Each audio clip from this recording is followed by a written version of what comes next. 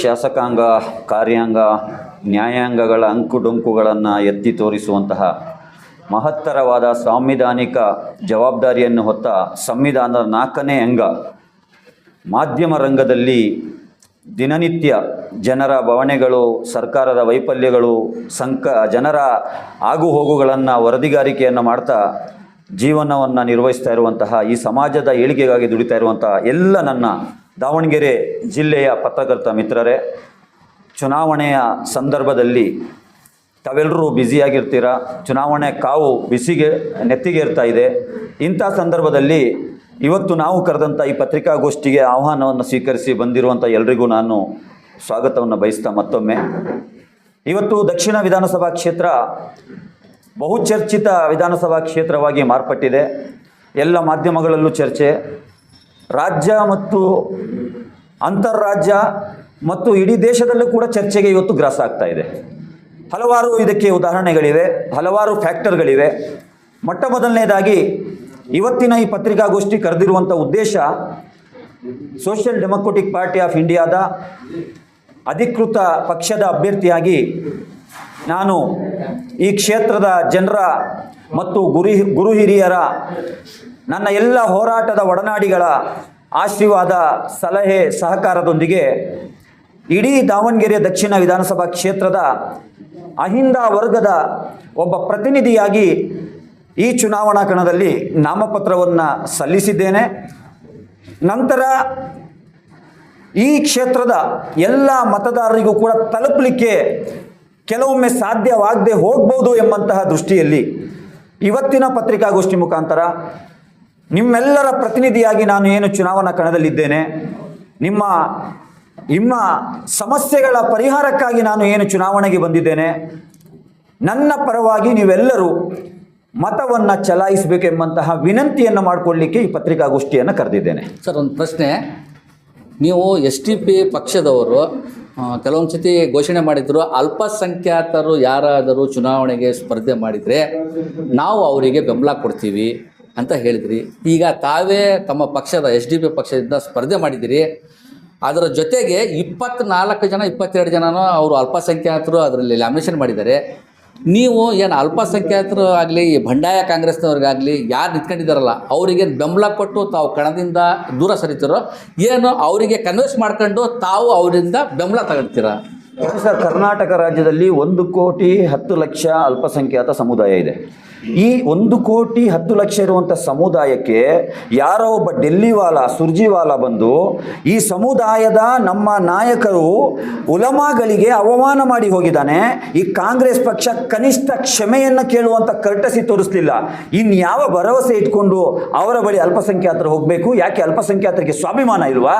ಅಲ್ಪಸಂಖ್ಯಾತರ ಸ್ವಾಭಿಮಾನ ಇವತ್ತು ಬಡಿದೆಬ್ಬಿಸುವಂಥ ಕೆಲಸವನ್ನು social democratic party of India ಮಾಡ್ತಾ ಇದೆ. ಅಲ್ಪಸಂಖ್ಯಾತರಿಗೆ ಇವತ್ತು ಸ್ವಾಭಿಮಾನ ಏನಿದೆ ಎಂಬುದನ್ನು ಕಾಂಗ್ರೆಸ್ಗೆ ಪಾಠ ಕಲಿಸುವ ಮುಖಾಂತರ ತೋರಿಸಬೇಕು. ಸ್ವತಂತ್ರ ಅಭ್ಯರ್ಥಿಗಳಂತೂ ಮಾತಾಡ್ತಾ ಇರೋದು ಕಾಂಗ್ರೆಸ್ ಪಕ್ಷದಲ್ಲ, ಸ್ವತಂತ್ರ ಅಭ್ಯರ್ಥಿಗಳು ಏನು ಸ್ಪರ್ಧೆ ಮಾಡಿದ್ದಾರೆ ಅವರಿಂದ ನೀವು ಬೆಂಬಲ ತಗೊಳ್ತೀರೋ ಅಥವಾ ಅವರಿಗೆ ತಾವು ಬೆಂಬಲ ಕೊಡ್ತೀರೋ ಅಂತ ಕೇಳ್ತಾರೆ. ಇವತ್ತು ಕರ್ನಾಟಕದಲ್ಲಿ ಏನೆಲ್ಲ ಬೆಳವಣಿಗೆಗಳು ನಡೀತಾ ಇದೆ ಅದನ್ನು ಸೂಕ್ಷ್ಮವಾಗಿ ಗಮನಿಸಿ, ದಾವಣಗೆರೆ ದಕ್ಷಿಣ ಕ್ಷೇತ್ರದಲ್ಲಿ ಯಾರೆಲ್ಲ ನಾಮಿನೇಷನ್ ಹಾಕಿದ್ದಾರೆ ಅವರ ಡೆಮೊಕ್ರೆಟಿಕ್ ರೈಟ್ಸ್ ಅದನ್ನು ನಾವು ತಡಿಲಿಕ್ಕಾಗಲ್ಲ. ನಾವು ವಿನಂತಿಯನ್ನು ಮಾಡ್ತಾ ಇದ್ದೇವೆ, ಈ ಬಾರಿ ದಕ್ಷಿಣದಲ್ಲಿ ಕಾಂಗ್ರೆಸ್ ಪಕ್ಷವನ್ನು ಟಕ್ಕರ್ ಕೊಡುವಂಥ ಶಕ್ತಿ SDP ಮಾತ್ರ ಇರುವಂಥದ್ದು.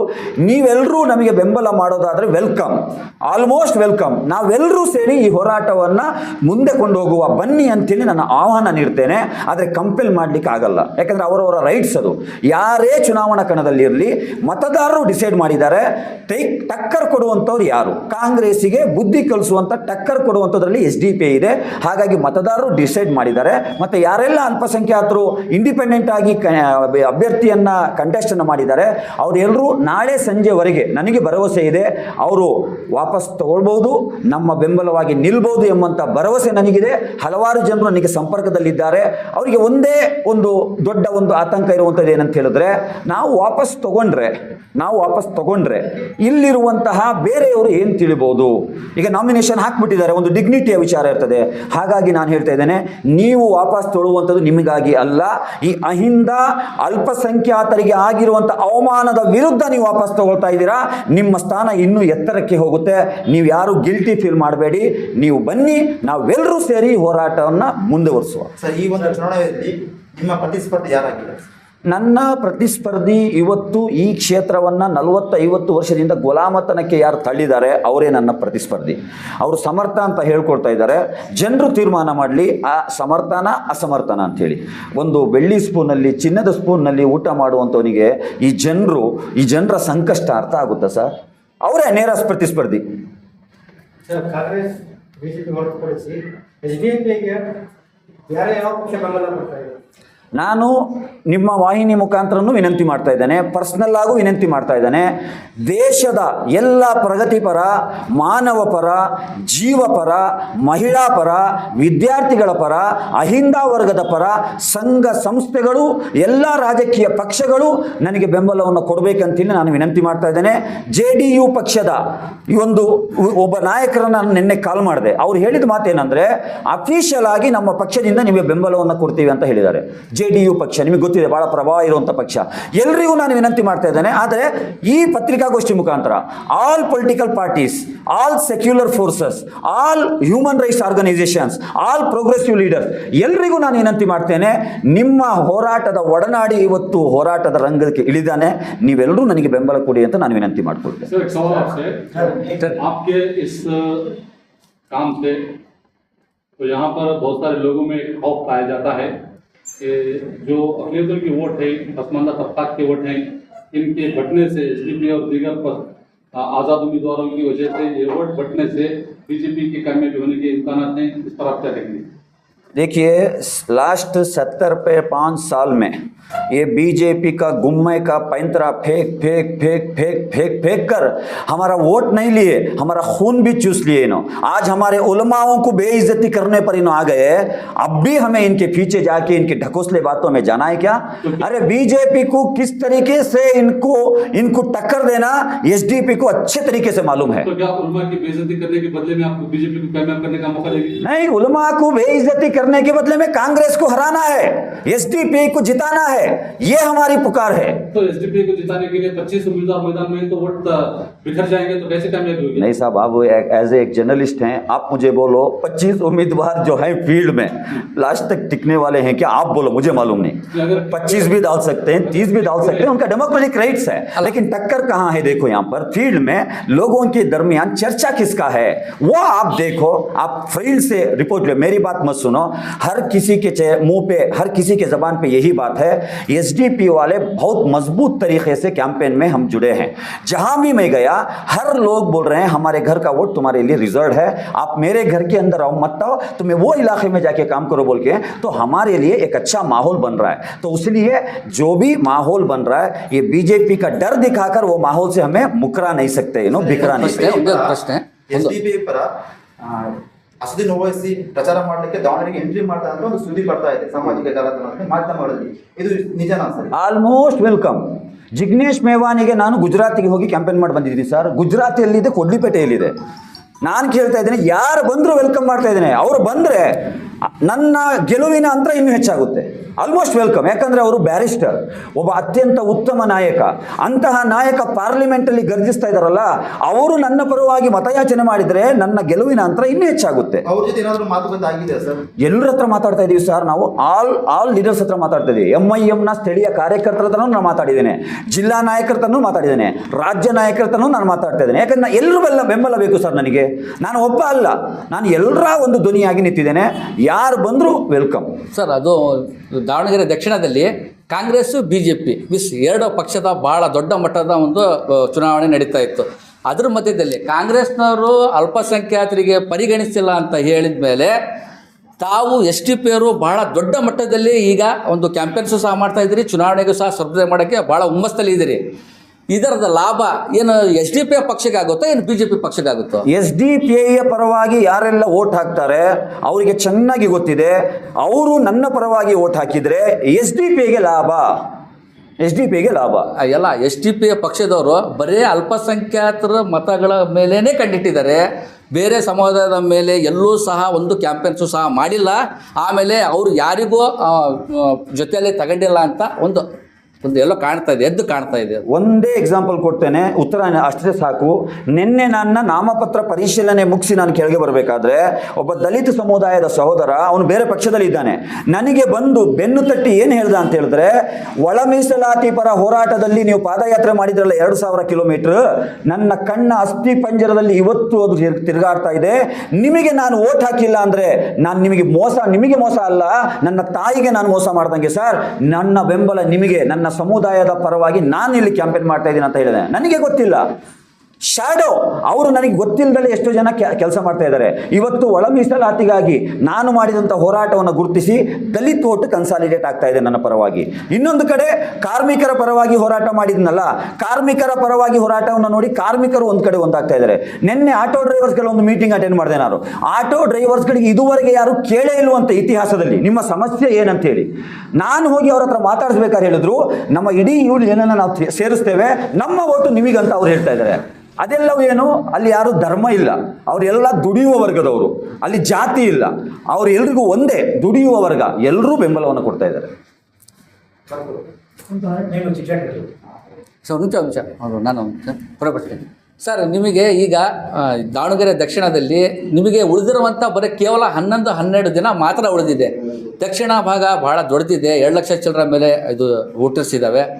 ಅಷ್ಟು ಕಡಿಮೆ ಸಮಯದಲ್ಲಿ ತಾವು ಚುನಾವಣೆ ಪ್ರಚಾರ ಮಾಡಿ ತಾವು ಗೆಲ್ಲುವಂತಹ ಒಂದು ಆತ್ಮವಿಶ್ವಾಸ ಬೆಳೆಸ್ಕೋಬೋದಾ? ಸರ್, ನಾನು ವಿದ್ಯಾರ್ಥಿಯಾಗಿದ್ದಾಗ 50 ಓವರಿನ ಮ್ಯಾಚ್ ನಡೀತಾ ಇತ್ತು, ಒನ್ ಡೇ ಟೆಸ್ಟು ನಿಮಗೆ ಗೊತ್ತಿದೆ, 2 ದಿನ 3 ದಿನ. ಈಗ 20-20 ಸಮಯ. ಈಗ ಜಾಸ್ತಿ ಸಮಯ ಬೇಕಾಗಿಲ್ಲ, ಟೆಕ್ನಾಲಜಿ ಯುಗ, ಚಾಟ್ GPT ಯುಗ. ಈಗ ಗೂಗಲ್ ಔಟ್ಡೇಟೆಡ್ ಆಯಿತು. ನಾವು ಮತದಾರರನ್ನು ಯಾವ ರೀತಿ ತಲುಪಬೇಕಂತೇಳಿನೇ ಈ ಪತ್ರಿಕಾಗೋಷ್ಠಿ ಮಾಡ್ತಾ ಇರುವಂಥದ್ದು. ಈ ನಿಮ್ಮ ವಾಹಿನಿಗಳಿದಾವಲ್ಲ ಸರ್, 2,30,000 ಜನರಿಗೆ ವಿತಿನ್ ಎ ಫ್ರಿಕ್ಷನ್ ತಲುಪಿಸ್ಬೋದು ನೀವು ಮನಸ್ಸು ಮಾಡಿದರೆ.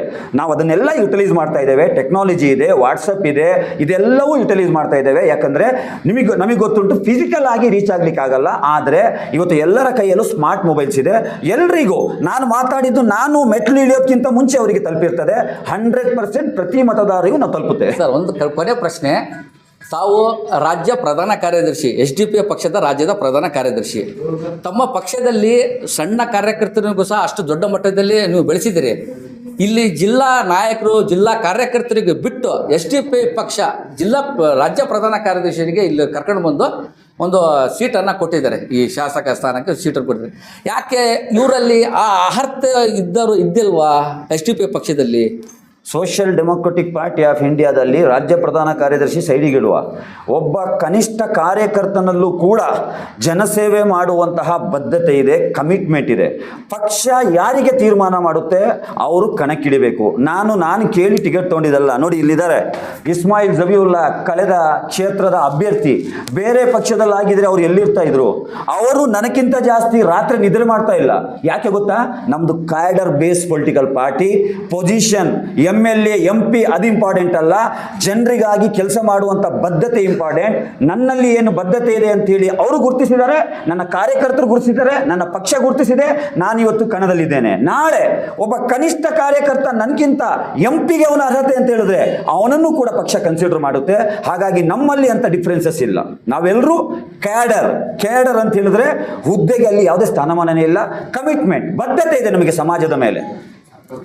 ಸರ್, ಈಗ ಕಾಂಗ್ರೆಸ್ನಿಂದ ಅಲ್ಪಸಂಖ್ಯಾತರಿಗೆ ಟಿಕೆಟ್ ಕೊಟ್ಟಿಲ್ಲ.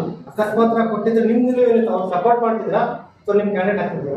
ಸರ್, ಕಾಂಗ್ರೆಸ್ ಇತಿಹಾಸದಲ್ಲಿ ಯಾವತ್ತಾದರೂ ಅಲ್ಪಸಂಖ್ಯಾತರಿಗೆ, ದಲಿತರಿಗೆ ಈ ರೀತಿಯಾದಂತಹ ಅವಕಾಶ ಕೊಟ್ಟಿದೆಯಾ? ಕರ್ನಾಟಕದಲ್ಲಿ ಒಬ್ಬನೇ ಒಬ್ಬ ದಲಿತ ಮುಖ್ಯಮಂತ್ರಿ ಇಷ್ಟುವರೆಗೆ ಮಾಡಿದಾರಾ? ಒಬ್ಬನೇ ಒಬ್ಬ ಅಲ್ಪಸಂಖ್ಯಾತ ಮುಖ್ಯಮಂತ್ರಿ ಮಾಡಿದಾರಾ? ಯಾಕೆ ಮಾಡಲಿಲ್ಲ ಅಂದರೆ ಅವರು ಯಾವತ್ತು ಚಾಕ್ಲೇಟ್ ಕೊಡ್ತಾರೆ, ಬಿಸ್ಕೆಟ್ ಕೊಡ್ತಾರೆ, ಕ್ಯಾಡ್ಬೆರಿ ಕೊಡ್ತಾರೆ.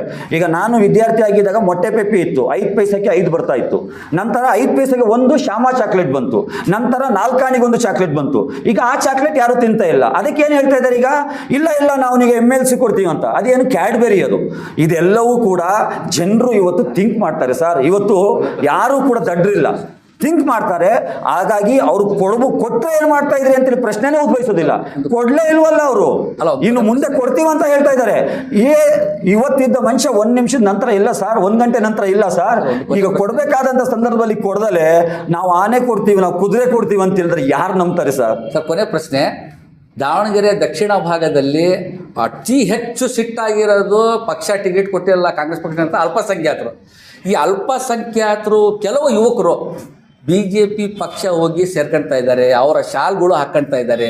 ಯಾಕೆ SDP ಪಕ್ಷ ಇಲ್ಲಿ ಇದ್ದು ಸಹ ಒಂದು ಅಲ್ಪಸಂಖ್ಯಾತರು ಕಮ್ಯುನಿಟಿ ಜಾಸ್ತಿ ಇರುವಂಥ ಪಕ್ಷದಲ್ಲಿ ತಾವು ಇದ್ದು ಸಹ ಅವರು BJP ಹೋಗಿ ಸೇರ್ತಾ ಇದ್ದಾರಲ್ಲ, ಯಾಕೆ ನಿಮ್ಮ ಕಡೆ ಅವರು ನಿಮಗೆ ಗಮನಿಸ್ತಾ ಇಲ್ವಾ, ಅಥವಾ ಏನು ನೀವು ಅವರಿಗೆ ಏನು ಜಾಗೃತಿ ಮೂಡಿಸ್ತಾ ಇಲ್ವಾ?